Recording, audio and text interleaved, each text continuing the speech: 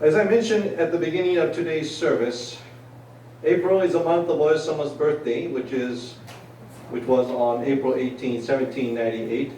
And since we believe Oya-sama is ever living, we wish her a 223rd birthday. The title of today's sermon is Why Are We Here?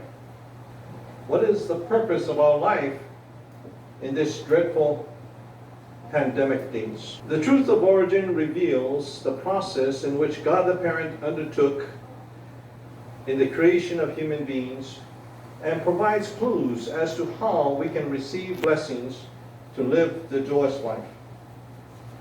I'd like you to read along with me. We'll pass out the truth of origin. Of course, we're not going to read the whole thing, but just the first few paragraphs. Okay, let's read together. In the beginning, the world was a muddy ocean. He, God the Parent, finding this chaos unbearably tasteless, thought of creating human beings in order to see the joyous life and thus share in that joy. Looking carefully through the muddy ocean, God saw a fish and a serpent amid many loaches. Planning to make them into models of husband and wife, God summoned them.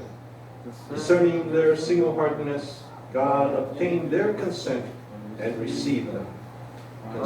Continuing, God summoned an orc from the northwest and a turtle from the southeast.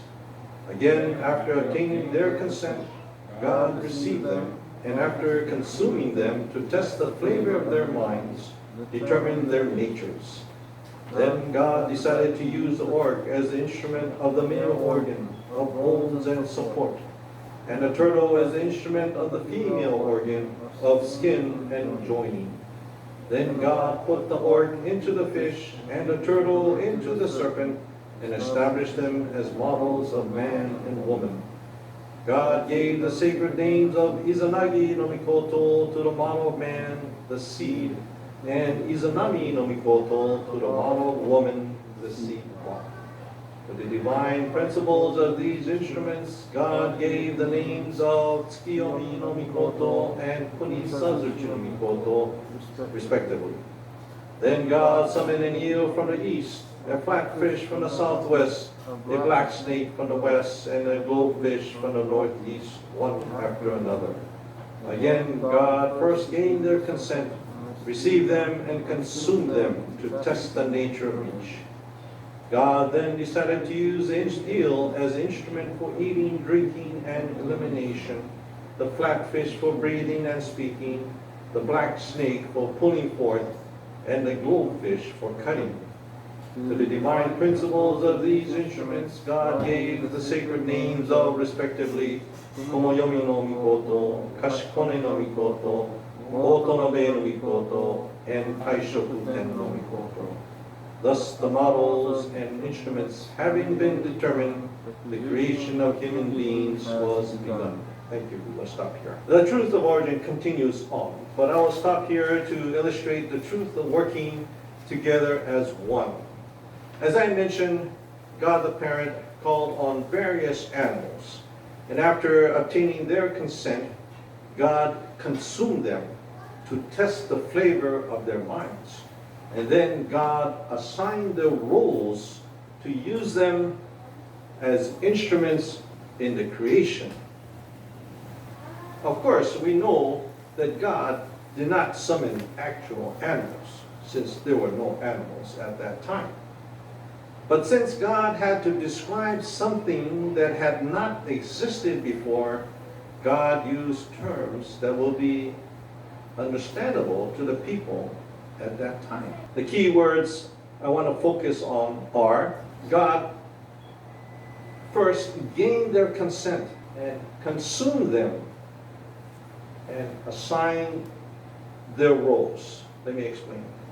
God first gained their consent means that these different entities had to consider what was at stake and be willing to undertake the task of creating human beings. In other words, there was some degree of cooperation. Next, God consumed them to test the flavor of their minds. I remember when I was in Shioka, I asked the sensei, how did God eat them? And he kind of laughed at that. But it was in Japanese, and he had an explanation. So I couldn't understand what the explanation was. But anyway, I suppose that they had to sacrifice something. Maybe their lives, or they had to sacrifice. Consume them means, basically they had to be consumed, Maybe they sacrificed their mind, their souls. This is just my theory, but I believe these entities had to sacrifice themselves or some aspect of themselves to be consumed. Lastly, God assigned the roles.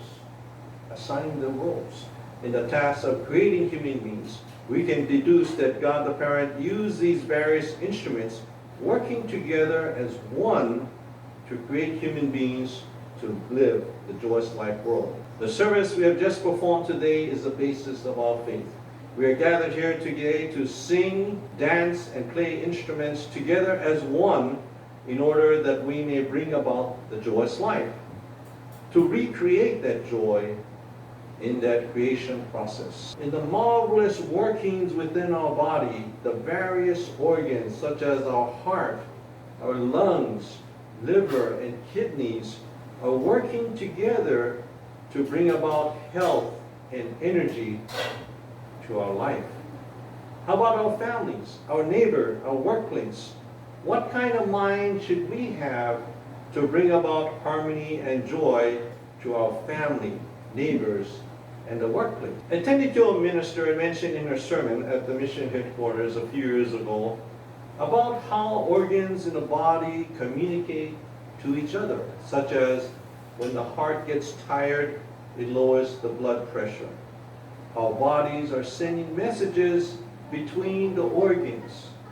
Also, if a kidney needs oxygen, it sends a message to the bones, and the bones make blood right away. She said that the organs are dynamically exchanging messages to each other within a huge network within the body. And this is protecting our lives. She learned this from watching an NHK documentary series on the human body, which ran from September 30th, 2017 through March of 2018.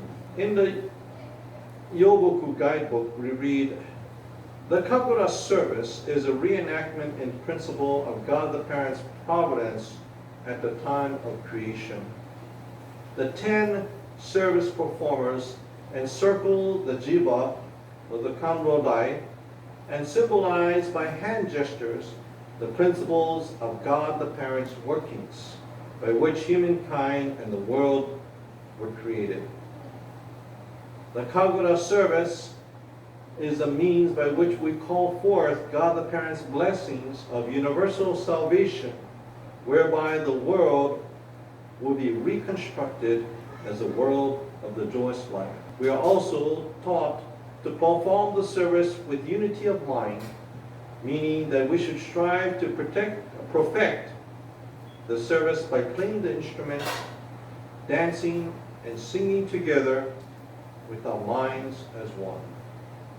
I believe that our sincere efforts, both individually and collectively, both in the service and outside in the world, in our workplace, our family, in our neighborhood, with a unity of mind, has a direct correlation in whether we can receive and continue to receive blessings of healing and good health. Please, I encourage all of you to reflect upon the service, the truth of creation, and how we're conducting ourselves in the outside world. And this, I believe, is a key to receiving God's blessings in the form of healing, good health, and good fortune as well. Thank you very much for your kind attention.